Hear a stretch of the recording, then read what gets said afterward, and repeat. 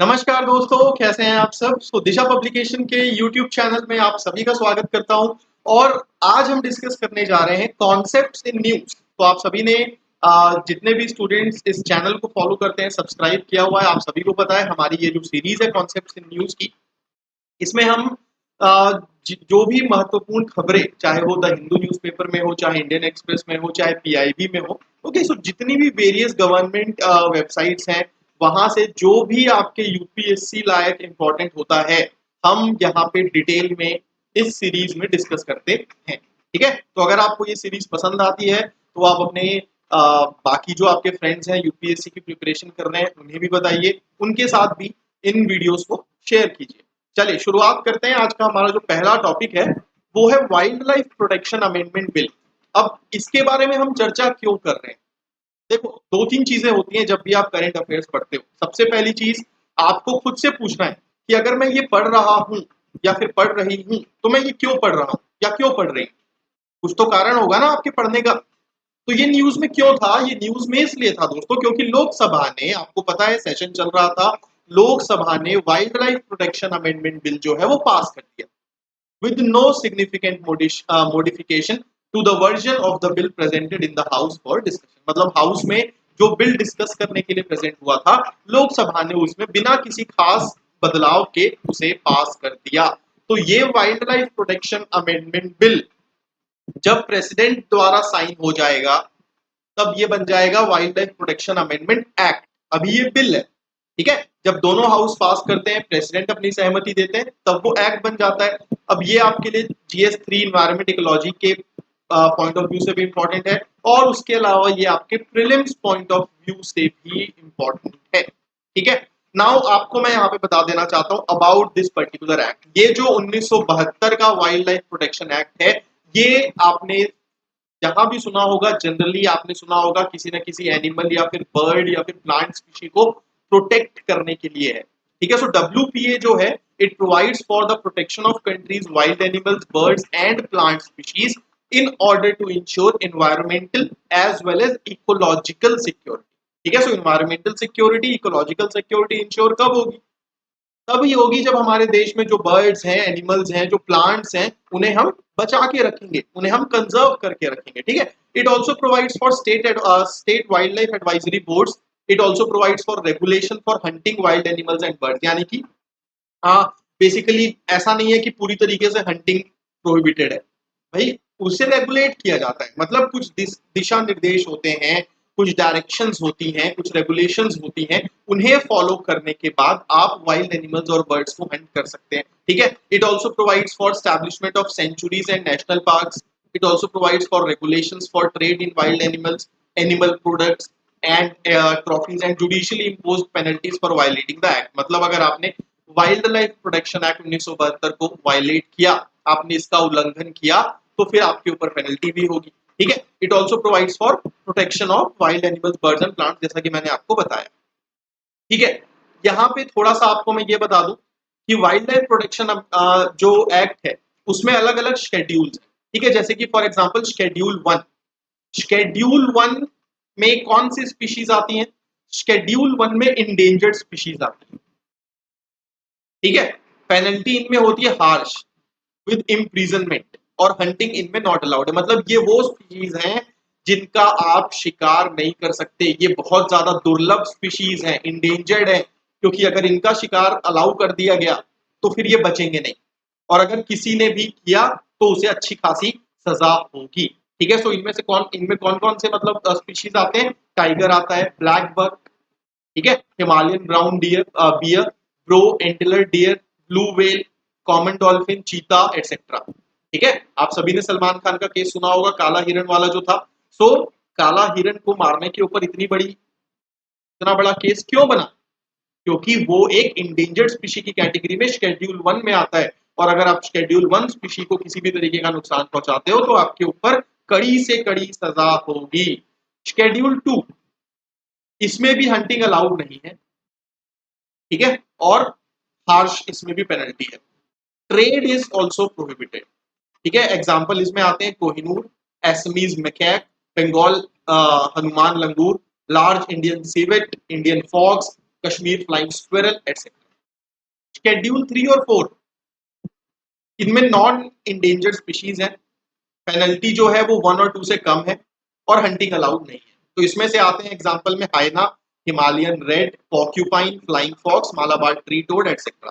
Then उसके बाद schedule 5 में वो स्पीशीज आती हैं जिनमें हंटिंग अलाउड है, for example mice, red, common ground, fruit bats etcetera. Schedule 6 में प्लांट्स आते हैं। तो ये ध्यान रखना है आपको कि कौन से शेड्यूल में प्लांट्स हैं और कौन कौन से शेड्यूल में एनिमल्स हैं। ये यूपीएससी आपसे मैच द फॉलोइंग टाइप का सवाल भी पूछ सकता है। ठीक है, तो शेड्यूल 6 में आते हैं plants that are forbidden from cultivation, जैसे कि pitcher plant, blue vanda, red vanda, kuth etcetera. ठीक है, चलिए। So basically it provides for protection of hunting rights of the scheduled tribes in Andaman and Nicobar Islands as well। 6 schedules हैं और जैसा कि मैंने आपको बता दिया कि कौन कौन से शेड्यूल में क्या क्या चीजें हैं। ठीक है, अच्छे से एक बार इसको रिवाइज कर लेना। ओके, नाउ अमेंडमेंट बिल के की फीचर्स। तो यहाँ पे आपको मैं बता दूं साइट्स एक ऐसा इंटरनेशनल अग्रीमेंट है सरकारों के बीच, अलग अलग देशों की गवर्नमेंट के बीच, जो ये इंश्योर करता है कि वाइल्ड एनिमल्स और प्लांट्स का जो ट्रेड है वो किसी भी तरीके से उन वाइल्ड एनिमल्स और प्लांट्स की सर्वाइवल को थ्रेट ना करे। और अगर कोई स्पीशीज साइट्स ने प्रोटेक्ट की है और अगर उसमें ट्रेड हुई तो पेनल्टी हो सकती है। ठीक है, so currently it has 6 schedules for specially protected plants, specially protected animals and worming species. Worming यानी कि वो small animals that carry disease and destroy food. Now, what are the obligations under CITES? The bill provides for the central government to designate a management authority which grants export or import permits for trade of specimen.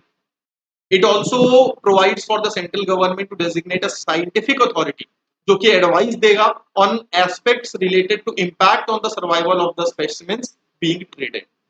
ठीक है, तो ये जो amendment है, amendment क्या किया जा रहा है इस एक्ट में, ये दो चीजें मतलब ऐड करने की कोशिश की जा रही है।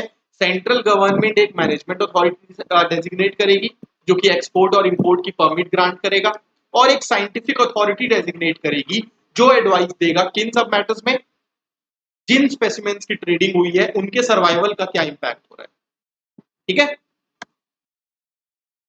तो invasive alien species, control of sanctuaries, conservation reserves, surrender of captive animals.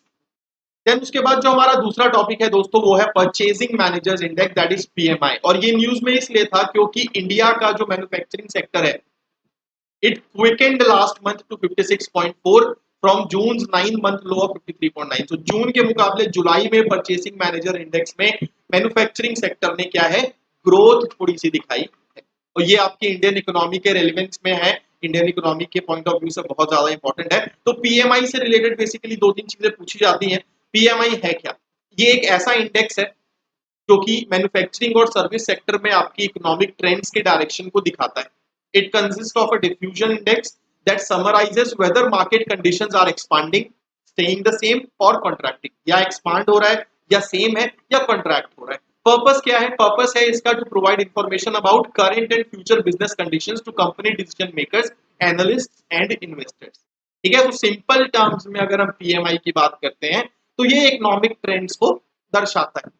Okay, so it's a survey-based measure that asks the respondents about changes in their perception about key business variables as compared with the previous one. ठीक है, so it is compiled by IHS Markit for more than 40 economies worldwide।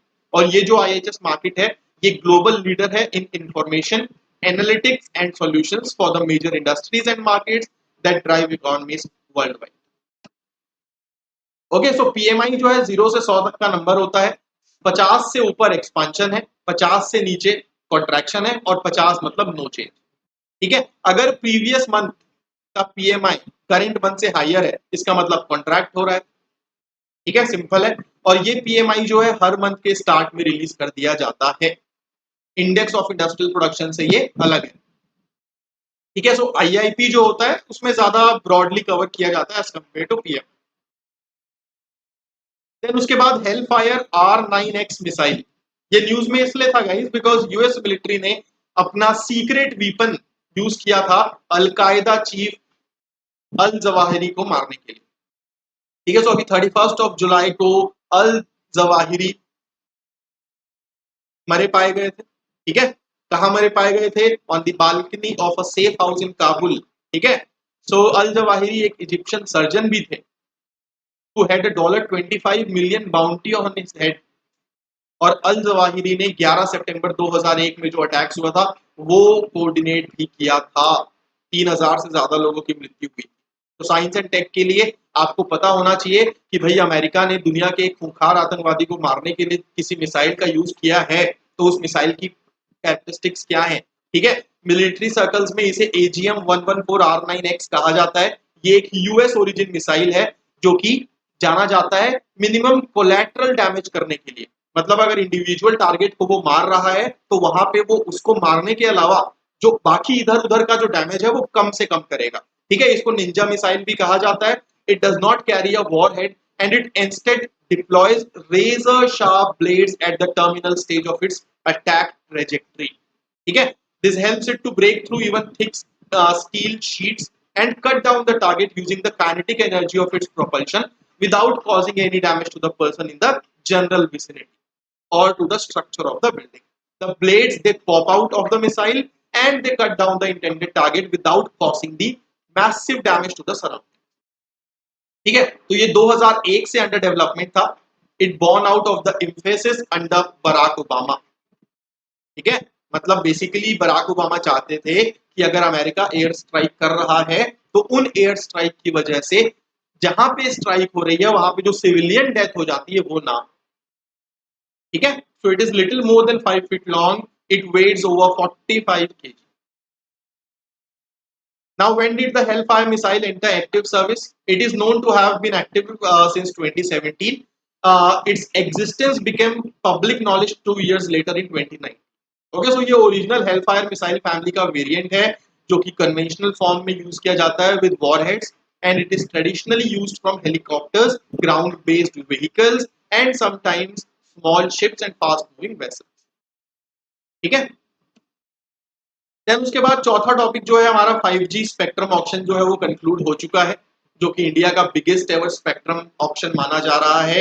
It ended with bids upward of rupees 1.5 lakh crore coming in after 7 days of bidding. 40 rounds में bidding हुई थी। Okay, so largest Spender जो है वो 5G spectrum auction में रिलायंस जियो emerge होके आया है, जिसने almost half of all the airwave sold acquire किया है 88,000 करोड़ रुपए खर्च कर। And it was the only one among 4 applicants to have acquired spectrum in the 700 MHz premium band। ठीक है, तो ये थोड़ा बहुत इसके बारे में आप जरूर पढ़ लीजिएगा। 5G टेक्नोलॉजी के बारे में आपको मैं बता देता हूँ। 4G तक तो अब हम सब यूज कर रहे हैं, ये नेक्स्ट जनरेशन है 5G जो कि ज्यादा स्पीड देगी। ठीक है, जिसमें ज्यादा टेक्नोलॉजी जो है वो आप यूज कर पाएंगे। So it will eventually replace और at least augment 4G LTE connection. It offers exponentially faster download and upload speed. Okay, so 5G जो होगा it will deliver multi Gbps peak rates, ultra low latency, massive capacity, more uniform user experience। ठीक है, तो ये चीज ध्यान रखिएगा। 5G जो है वो साइबर फिजिकल नेटवर्क क्रिएट करने में हेल्प करेगा। साथ ही साथ आजकल जो भी नई नई टेक्नोलॉजी आ रही है उसमें फास्टर इंटरनेट की ज्यादा जरूरत है। ई गवर्नेंस सरकार के जो इनिशिएटिव्स हैं उसमें भी फास्टर इंटरनेट की जरूरत है ताकि लोगों को स्मूथली सर्विस प्रोवाइड की जा सके। तो 5G हर एक चीज में मदद करेगा। It will deliver new levels of performance and efficiency that will empower new user experience and connect new industries. Okay, so it will also act as an enabler for the industrial revolution 4.0 and it is expected to form the backbone of emerging technologies such as Internet of Things and machine to machine communication. 5G will also help make transport infrastructure more efficient। ठीक है, vehicle to vehicle, vehicle to infrastructure communication इनको enable करेगा। Also the primary application will be implementation of a sensor embedded network। Now India Antarctic Bill parliament ने पास किया था। इसका M क्या है? इसका एम है having India's own national measures for protecting the Antarctic environment as also the dependent and associated ecosystem। तो ये GS2 का हिस्सा है। बेसिकली ये जो अंटार्कटिका बिल है ये पहला डोमेस्टिक लेजिस्लेशन है अंटार्कटिका से। ठीक है, आप यहाँ पे देख सकते हैं कि कौन कौन सी कंट्रीज हैं जिनका ऑलरेडी डोमेस्टिक लेजिस्लेशन है अंटार्कटिका को लेके। ठीक है, अब इंडिया भी ऐसा लाने जा रहा है। So while India has been sending expeditions to Antarctica for the past 40 years, these expeditions have been circumscribed by international law. तो ये जो बिल होगा, it will now put into place a comprehensive list of regulations related to Antarctica. ठीक है, सो ministry ने explain किया है कि भाई वो एक्सपेक्ट कर रहे हैं कि अंटार्कटिका में एक्टिविटी आने वाले सालों में बढ़ेगी और कहीं ना कहीं जो डोमेस्टिक सेट ऑफ प्रोटोकॉल्स हैं उनका इन्फोर्समेंट जरूरी हो जाएगा। ठीक है, साथ ही साथ अंटार्कटिका ट्रीटी को भी ज्यादा वैलिडिटी मिलेगी क्योंकि इंडिया उसका सिग्नेटरी है। ओके, 1959 में 12 देशों द्वारा, आप देख सकते हैं उन कंट्रीज का नाम, ये साइन किया गया था। ठीक है, तो ये जो ट्रीटी है it covers the area south of 60 degree latitude. तो 54 देश हैं, 54 देश हैं जिन्होंने अंटार्कटिका ट्रीटी को साइन किया हुआ है, लेकिन सिर्फ 29 देश ऐसे हैं जिनके पास राइट टू वोट है एट द मीटिंग्स, जो कि इंडिया जिसमें इंक्लूडेड है। ठीक है, तो इंडिया ने 1983 में अंटार्कटिका ट्रीटी साइन की थी और इसका ऑब्जेक्टिव क्या था? To demilitarise Antarctica and establish it as a zone used for peaceful research activities and to set aside any disputes regarding territorial sovereignty, thereby ensuring international cooperation. Okay, so इस bill के main provisions अगर हम देखेंगे तो सबसे पहली चीज है कि इंडियन कोर्ट्स के जुरिस्डिक्शन को ये एक्सटेंड करता है। ठीक है, इसमें ये सीधा सीधा कहा गया है कि इंडियन कोर्ट्स का जुरिस्डिक्शन अंटार्कटिका तक एक्सटेंड हो जाएगा। ठीक है, साथ ही साथ investigation and trials for the crimes committed on the Arctic continent will also be there. ठीक है, वहां की environmental protection और fragile nature को ध्यान में रखते हुए ये किया गया। The bill introduces an elaborate permit system for any expedition or individual who wishes to visit the continent, and these permits will be issued by a committee that will be set up by the government. ठीक है, commercial fishing की बात यहाँ पे मैं आपको बताना चाहूंगा कि भारत जो है अंटार्कटिका में कमर्शियल फिशिंग कैरी आउट नहीं करता क्योंकि हर एक कंट्री को एक कोटा अलॉट किया गया है। अब ये बिल इंडिया को कमर्शियल फिशिंग के लिए भी अलाउ करता है, हालांकि स्ट्रिक्ट गाइडलाइंस हैं। ठीक है, so like fishing, while India does not carry out any tourism activity as well. ठीक है, so Antarctica receives a number of tourist from foreign countries. अब ये जो बिल है ये इनेबल करेगा कि भारत के जो टूर ऑपरेटर्स है वो अंटार्कटिका में ऑपरेट कर सकते हैं। स्ट्रिक्ट रेगुलेशंस होंगे हालांकि। ठीक है, ये जो बिल होगा ये क्या क्या प्रोहिबिट करेगा? It prohibits drilling, dredging, excavation और कलेक्शन ऑफ मिनरल रिसोर्सेज और doing anything to identify where such mineral deposits are. साथ ही साथ अगर आप वहां पे नेटिव प्लांट्स को डैमेज करते हो या फिर अगर आप हेलीकॉप्टर्स या फिर ऐसे वेसल्स लैंड कराते हो जो कि वहां के नेटिव एनिमल्स को डिस्टर्ब करते हैं, तो ये सारी चीजें प्रोहिबिटेड है। ठीक है, पेनल्टी सिस्टम जो है बेसिकली इसमें बहुत हाई रखी गई है। हालांकि the lowest penalty comprising an imprisonment between 1 to 2 years and 10 to 50 lakh, तो लोएस्ट है ये, अब आप देख सकते हो।